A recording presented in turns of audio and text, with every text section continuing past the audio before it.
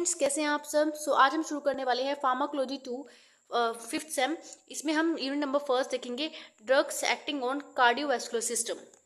तो इसमें आज हम बात करने वाले हैं एंटी हाइपरटेंसिव ड्रग्स।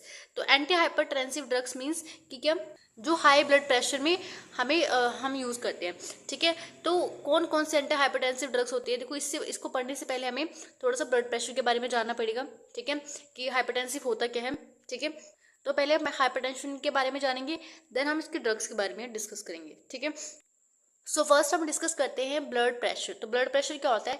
देखो, नॉर्मल सी बात है। अब यानी 120/80, देखो 120/80 mmHg इसका एक यूनिट होती है। ठीक है, इसे मेजर करते हैं।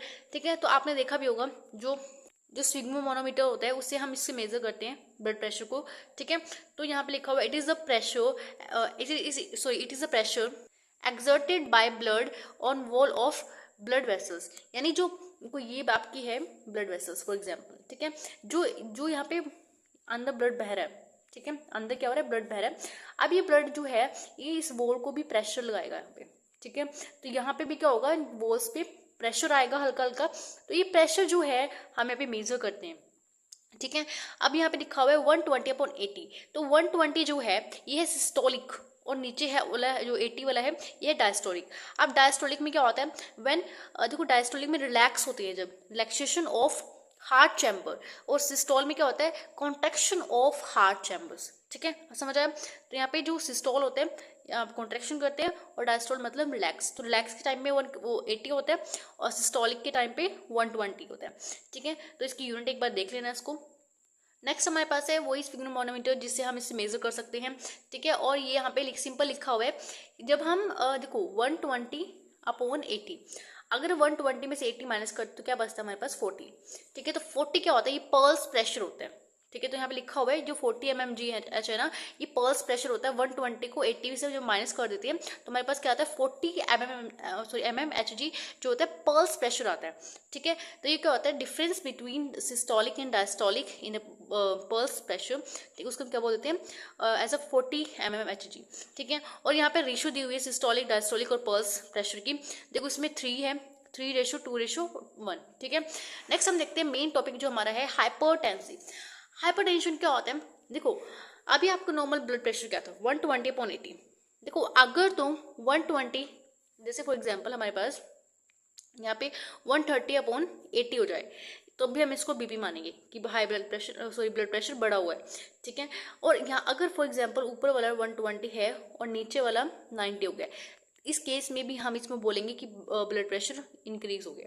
ठीक है, तो यहाँ पे हम देखेंगे, मतलब यहाँ पे मतलब कहने का क्या है कि नॉर्मल से हल्का सा बढ़ गया है। ठीक है, फिर हम उसमें देखेंगे हाई ब्लड प्रेशर है, कैसा ब्लड प्रेशर है। ठीक है, ठीक है, तो हमारे पास मेन चीज़ क्या है, अगर ऊपर वाला बढ़ रहा है तब भी, अगर नीचे वाला बढ़ रहा है तब भी। ठीक है, यानी इनमें से अगर एक भी बढ़ रहा है ना, तब भी हम बोलेंगे कि जो हाइपरटेंशन की प्रॉब्लम है। ठीक है, it is a term for blood pressure that is higher than normal. तो यानी इसमें अगर हायर देन नॉर्मल मैंने आपको समझा दिया। ठीक है, उसके बाद देखो इस लाइन का मतलब क्या है। देखो मुझे एक बात बताओ, जब आप मतलब कहीं पे आप जिम जाते हो, ठीक है, या मतलब आपने रनिंग की है, फॉर एग्जांपल आपने रनिंग की है, जब रनिंग करके आओगे तो ऑब्वियस सी बात है आपका हार्ट रेट इंक्रीज होगा, आपको सांस लेने में थोड़ी सी प्रॉब्लम होगी, तो कुछ टाइम बाद आपको नॉर्मल हो जाएगा। लेकिन अगर मैं, जब आप मान लो जिस टाइम पे आप भाग कर आए हो, ठीक है, रनिंग करके आए हो, अगर मैं उस टाइम पे आपका ब्लड प्रेशर चेक करती हूँ तो ऑब्वियस सी बात है इंक्रीज हुआ मिलेगा। ठीक है, लेकिन अब मैं इस कंडीशन में आपको ये तो नहीं कर सकती ना कि आपको ब्लड बीपी की प्रॉब्लम है, यानी आपका जो बीपी है वो हाई हो गया है। इसमें ऐसा नहीं होगा, इसमें लिखा हुआ है repeated checks of blood pressure, यानी रिपीट में हमें चेक करना पड़ता है। जैसे आज किया तो उसके इंटरवल पे हमें कल परसों 30 ऐसे करना पड़ता है चेक। ठीक है, तो यहाँ पे if repeated checks of blood pressure of individual is 140/90 और या इससे हायर हो तो हम इसको हाइपरटेंशन बोल देते हैं।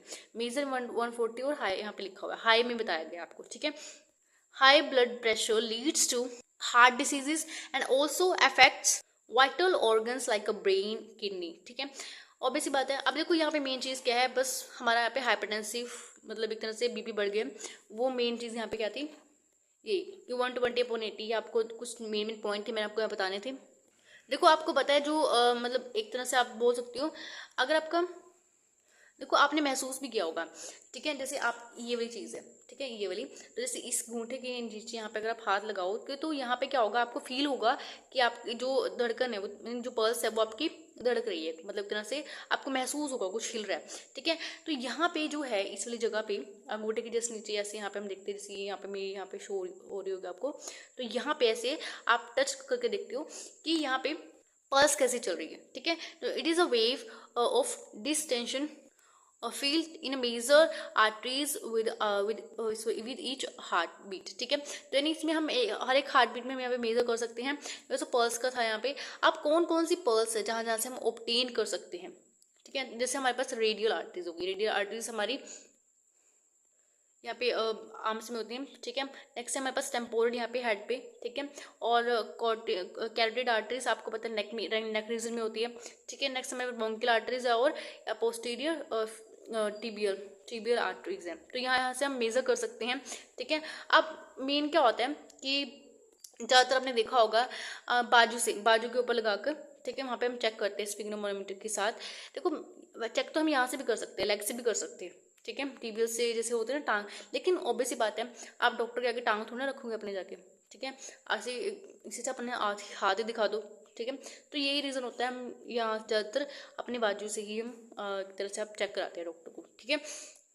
तो यहाँ पे कौन कौन से रीजन होते हैं, फर्स्ट हमारे पास दिया हुआ है elasticity of blood vessel wall, यानी इलास्टिक हो गया, ठीक है। उसके बाद है intermediate ejection of blood from heart, ठीक है। तो ये दो मेन रीजन है, आपको करने हैं तो कर लेना, अदरवाइज छोड़ देना। तो बट मेन टॉपिक हमारे पास क्या है, ड्रग्स, कौन कौन सी यहाँ पे ड्रग्स यूज होती हैं। तो अब हम देखते हैं classification of anti hypertensive drugs. तो पहले हमारे पास है डायरेटिक्स। तो डायरेटिक्स जो हमारे पास है इसकी भी फर्दर क्लासिफिकेशन हम वो देखेंगे। तो एज अ हाइपरटेंसिव में हमारे पास डायरेटिक्स हो गई। देन रास इनिबिटर्स में हमारे पास फर्दर जिससे यहाँ पे 4 क्लासीफाई किए गए। फर्स्ट हमारे पास है ACE inhibitor, ARB inhibitor, direct renin inhibitors क्या होते हैं, ठीक है, एल्डोस्टेरोन एंटागोनिस्ट क्या होते हैं, इनके बारे में डिटेल में हम डिस्कस करने वाले हैं। बट इस वीडियो में ये कंप्लीट नहीं हो पाएगा, मैं आपको शॉर्ट वीडियो दूंगी, ठीक है, जिससे आपको इजीली आप थकोगे भी नहीं, ठीक है, वॉच करते करते। तो यहाँ पे मैं आपको 1 by 1 आपको डिटेल में बताऊंगी, ठीक है, थोड़ा सा बड़ा हो जाएगा पर आपको समझ जरूर आएगा। नेक्स्ट हमारे पास कैल्शियम चैनल ब्लॉकर्स होते हैं, ठीक है। सिम्प्टोलाइटिक ड्रग्स कौन सी होती है वो हम देखेंगे यहाँ पे, सॉरी एजेंट्स यहाँ पे लिखा हुआ है। देन वैसोडाइलेटर, ठीक है, ऑब्वियस बात है वैसोडाइलेटर में देना पड़ेगा, ठीक है, बीपी बढ़ा हुआ तो यानी कॉन्ट्रिक्शन यहाँ पे चल रहा है तो हमें इसको डायलेट करना पड़ेगा, ठीक है। तो फर्स्ट हम देखते हैं क्लासिफिकेशन ऑफ ड्रग डायरेटिक्स। तो डायरेटिक्स में हम इसकी भी फर्दर क्लासिफिकेशन है। तो फर्स्ट हम देखते हैं डायरेटिक्स। तो आज का जो मेन फोकस रहेगा वो रहेगा डायरेटिक्स पे। देखो डायरेटिक्स में क्या होता है, फर्स्ट हमारे पास आती है, देखो ये सारी क्लासिफिकेशन है, ठीक है। तो डायरेटिक्स में हमारे पास आती है पहली कार्बोनिक अनहाइड्रेस इनिबिटर, ठीक है।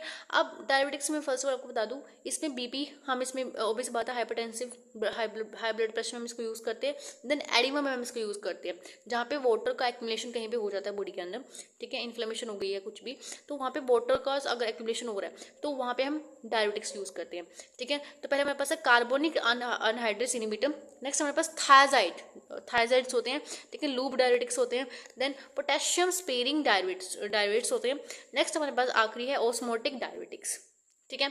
अब पोटेशियम स्पेरिंग का मतलब क्या होता है, देखो पोटेशियम में क्या होता है, ऑब्वियस बात है जब पोटेशियम भी बाहर जाता है हमारी बॉडी से, ठीक है। अब जो पोटेशियम जो होता है ना, वाटर के साथ पोटेशियम बाहर जाएगा, क्योंकि डायरेटिक्स क्या होते हैं, वाटर को हमारी बॉडी से लूज कराते हैं, ठीक है। जब हाई ब्लड प्रेशर बढ़ जाता है यानी ब्लड वॉल्यूम बढ़ा है तो ऑब्वियस बात है ब्लड प्रेशर भी बढ़ेगा, ठीक है। तो बीपी बढ़ गया तो मैं उस ब्लड वॉल्यूम को कम कर देंगे तो बीपी कम हो जाएगा, ठीक है।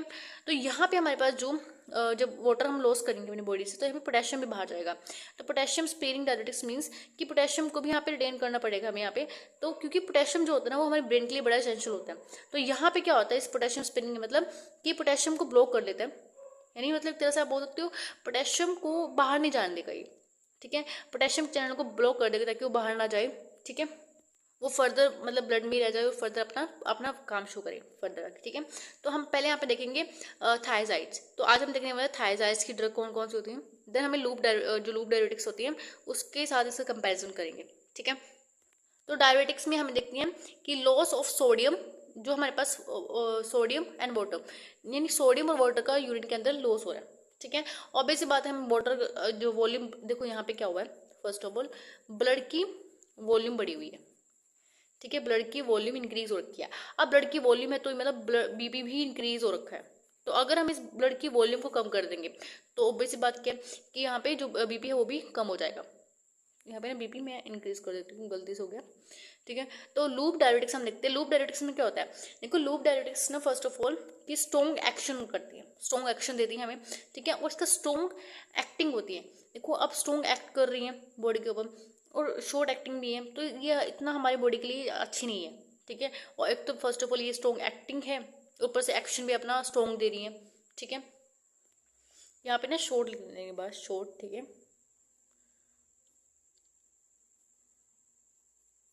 आपको शो नहीं हो रहा वैसे, पेंसिल है ना मेरे पास। तो यहाँ पे शॉर्ट एक्टिंग है। ठीक है, तो ये क्या होती है, not using in routine in a hypertension, ये हम इसको डेली रूटीन में यूज नहीं कर सकते। ठीक है, एक्सेप्शन भी है, हम इसमें रेनल कार्डिक फेलियर जो होता है उसमें हम इसको यूज कर सकते हैं। नेक्स्ट हमारे पास है थायराइड। थायराइड डायबिटिक्स में क्या होता है, एक तो फर्स्ट ऑफ ऑल ये वीक एक्शन होता है इनका। ठीक है, ये डीसीटी के ऊपर काम करती हैं। ठीक है, डीसीटी के ऊपर फंक्शन करती है अपना फर्स्ट ऑफ ऑल, और यहाँ पे ये वीक एक्टिंग भी होती है। ठीक है, एक्टिंग के एक्शन क्या होता है इसका, वीक होता है। नेक्स्ट हमारे पास है use in uncomplicated mild to moderate hypertension. Obvious बात है, तो हमारे लिए अच्छा है कि मतलब एक तरह से माइल्ड टू मॉडरेट हाइपरटेंशन में यूज कर रहे हैं। ठीक है, अब इसका डोजेस का हम बात कर लेते हैं। अगर should be administrated in low dose 12.5 mg। ठीक है, ये इसकी कुछ ड्रग्स होती है, मैं आपको भी दिखाऊंगी। ठीक है, क्लासिफिकेशन में।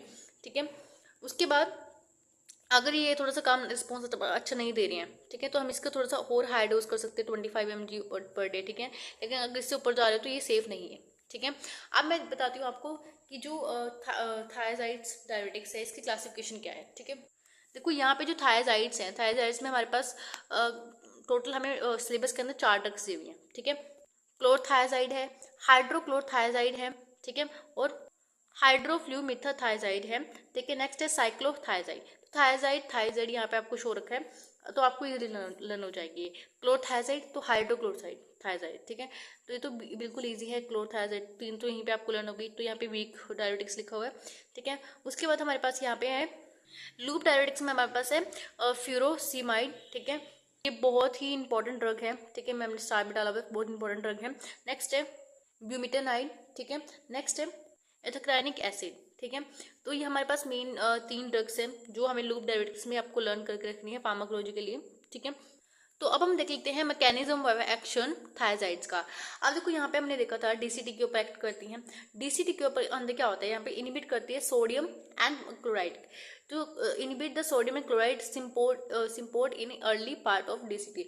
अब डीसीटी कहाँ होता है, देखो मैं आपको थोड़ा स्ट्रक्चर में बताती हूँ डीसीटी कहाँ पे लोकेट है। देखो यहाँ पे जो आप देख रहे हो ये जो रीजन है इतना, ठीक है, ये डीसीटी है। तो यहाँ पे डीसीटी यानी डिस्टल कॉन्वलेटिंग ट्यूब्यूल, यहाँ पे क्या होता है सोडियम एंड क्लोराइड की चैनल्स होते हैं। ठीक है, तो उनको यहाँ पे इनिबिट कर देते हैं। ठीक है, उसके बाद जब ये इनिबिट हो जाएंगे, देखो यहाँ पे जब सोडियम इनिबिट हो गया, ठीक है, यानी एक तरह से सोडियम अब ब्लड के अंदर वापस नहीं जा सकता। ठीक है, तो यहाँ पे प्रमोट करेंगे सोडियम एंड वाटर को एक्सक्रीशन में, क्योंकि जब सोडियम बाहर जाएगा तो अभी से बात है वाटर बाहर जाएगा, तो यहाँ पे सोडियम और वाटर लूज होगा, loss of sodium and water, ये प्रमोट करेंगे एक्सक्रीशन के, यूरिन के अंदर जाएगा।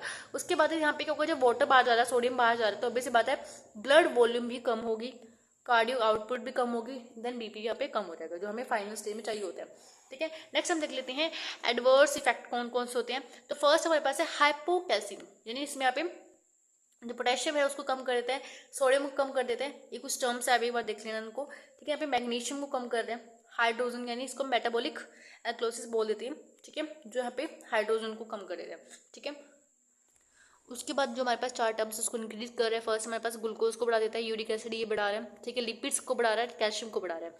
ठीक है, एक बार टर्म्स को देख लेना। ठीक है, एंड अगर आपको कोई डाउट है फिर हमें कमेंट करके पूछ सकते हैं। And thank you for watching this video, have a nice day.